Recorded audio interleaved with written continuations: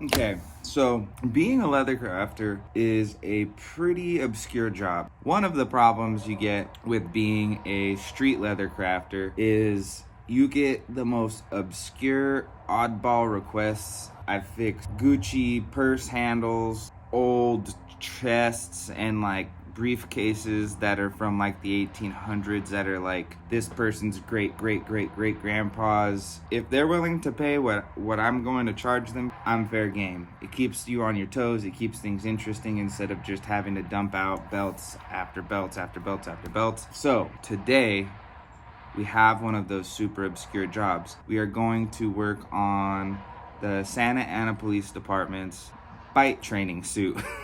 When I very first started, I used to do work on bite suits all the time. I did what I had to do to pay the bills. I was like replacing full-blown arms, like doing just the best I could at the time. But today we're going to fix a currently ripping suit that has already been repaired and repaired not in the greatest way, and redoing the whole thing. With that being said, I'm gonna just jump into it. Here is the issue we're having. Most of the time on these bite suits, they're taking their attacks on the left arm. A lot of the times you'll see this seam pretty much coming undone. Either that or this entire arm and the stitching down in here is coming off. Since we're not the factory that made this, we have to get creative. When you see something like this come in your old-timey street leather shop, all you can think is, have to hand sew some shit. So that's what I'm gonna have to do. Just a lot of hand sewing. I don't think you realize how not fun hand sewing is. Hand sewing is the worst part of my job. You need yourself a stitching awl and some thread. For the sake of the repair and needing to be super strong for these guys, because you know, on account of they're getting attacked by dogs, I'm gonna make it as strong as possible and then worry about the prettiness of the repair later. If you've ever hand sewn, you know there's no better way to hand sew other than just one stitch at a time. We are going to go straight through the arm, straight through the padding, and do it that way. That way it's as strong as possible and not just a surface level suture. Here comes the boring stuff. Take your stabby boy, take your army boy, shove it through the neck, and just get to plucking away. The first stitch is the hardest, especially when you're doing it blind. And now I'm sucking this side through. And now here's our thread that is now fed on both sides. Gotta have good aim because I'm basically on the underside stabbing this through my fingers like this and really hoping that I don't stab myself. Best way to do leather work is to just kind of make some funny faces. Coronavirus. What did I get myself into? I stopped doing repairs on these quite a while ago just because they're super hard and I had to start charging more for them, and I charge them hourly what I charge everybody else. There you go. 35 minutes later, we got our first stitch. We're off to a rocky start. I got faith in this. Once I did that stitch, I was like, ah, yes. Yep, it's hand stitching and blind hand stitching. 2 stitches.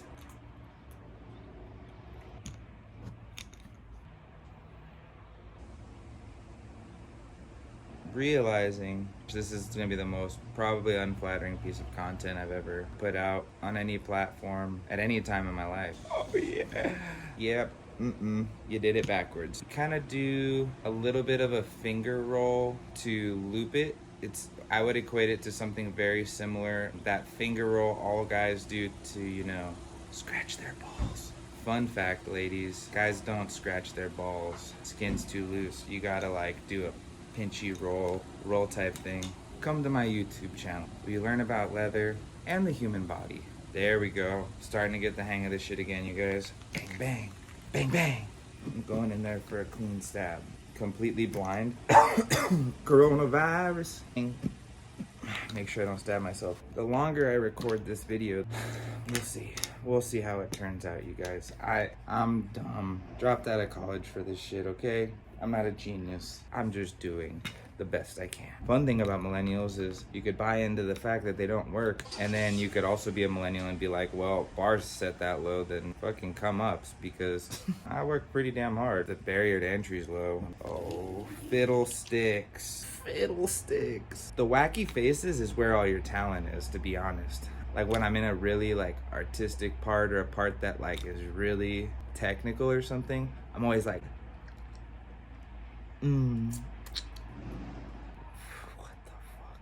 I can't help it. I'm doing it right now. Maybe I need to not film my face while we're... Ooh, I think that's right. This one might be wrong. Boom. Okay. It's weird. It's like you got 50-50 odds, but you have a little bit of control. You're like, I'm pretty sure I could feel with my hands as if I had eyeballs, just like idiot hand sews and make stupid faces. People pay me to draw swirlies and stab stuff. Not a rocket scientist. Hell, I never even claimed to be a good craftsman. I will let that be dictated by my work and public perception. I'm really not gonna try and stab myself, but it would be pretty funny. I bet you I make a really good face then. Fuck, gonna stab myself. Stabbing yourself with the sewing awl is pretty much one of the worst, shittiest pains ever. Like, I'm sewing, I'm doing something that's not gonna injure me. And then you're like, oh yeah, no. You forget that there's like sharp ass needles. We'll see, is this a successful stitch or backwards?